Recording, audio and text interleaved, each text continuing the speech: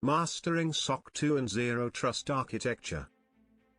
Zero Trust Architecture blows up BYOD policies, compromising operational excellence. What implications does the implementation of a Zero Trust Architecture have on the effectiveness of Bring Your Own Device (BYOD) policies in maintaining operational excellence within an organization, particularly in the context of SOC 2 compliance? The implementation of a Zero Trust Architecture (ZTA) has significant implications for the effectiveness of Bring Your Own Device (BYOD) policies in maintaining operational excellence within an organization, particularly in the context of SOC 2 compliance. In a traditional network architecture, BYOD policies often rely on perimeter-based security controls, such as firewalls and VPNs, to secure devices and data. However, with the increasing adoption of cloud services and remote work, perimeter-based security is no longer sufficient to protect sensitive data and applications. This is where ZTA comes into play. A ZTA assumes that all devices, including those brought by employees, are untrusted and potential threats to the organization's network and data. This approach focuses on verifying the identity and integrity of devices, users, and applications before granting access to resources.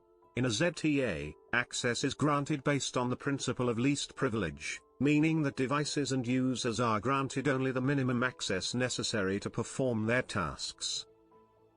The implementation of ZTA has several implications for BYOD policies in maintaining operational excellence. 1.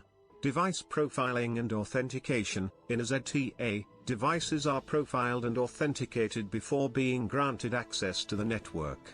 This involves monitoring device attributes, such as device type, operating system, and software versions, to ensure they meet the organization's security standards.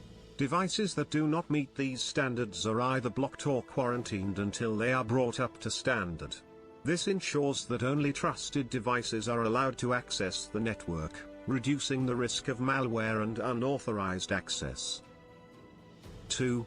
Microsegmentation. ZTA uses microsegmentation to isolate devices and applications from each other, even if they are on the same network. This prevents lateral movement in case a device is compromised, reducing the attack surface and minimizing the risk of data breaches. BYOD devices are segmented from the rest of the network, reducing the risk of data exfiltration and unauthorized access to sensitive data. 3. Continuous monitoring and risk assessment. A ZTA continuously monitors devices and user activity to detect and respond to potential threats. This includes monitoring for signs of compromise, such as unusual network activity or data access patterns. Continuous monitoring and risk assessment enable the organization to quickly identify and respond to potential threats, reducing the risk of data breaches and maintaining operational excellence. 4. Least privilege access. In a ZTA, access to resources is granted based on the principle of least privilege, meaning that devices and users are granted only the minimum access necessary to perform their tasks. This reduces the risk of unauthorized access to sensitive data and applications, even if a device is compromised. 5. Encryption and data protection. A ZTA ensures that data is encrypted both in transit and at rest, using technologies such as SSL/TLS and encryption at the application layer. This protects data from interception and unauthorized access, even if a device is compromised. In the context of SOC 2 compliance, the implementation of ZTA has several benefits. 1. Security and availability. ZTA helps to ensure the security and availability of sensitive data and applications, which is a key requirement of SOC 2 compliance. 2.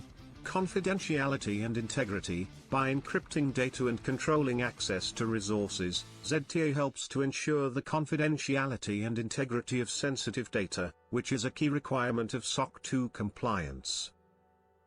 3. Monitoring and incident response. Continuous monitoring and risk assessment enable the organization to quickly identify and respond to potential threats, which is a key requirement of SOC 2 compliance. 4.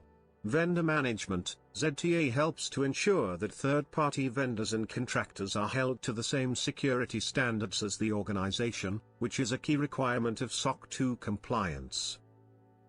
In conclusion, the implementation of a zero-trust architecture has significant implications for the effectiveness of BYOD policies in maintaining operational excellence within an organization, particularly in the context of SOC 2 compliance. By assuming that all devices are untrusted and potential threats, ZTA provides a robust and adaptive approach to security that helps to ensure the confidentiality, integrity, and availability of sensitive data and applications.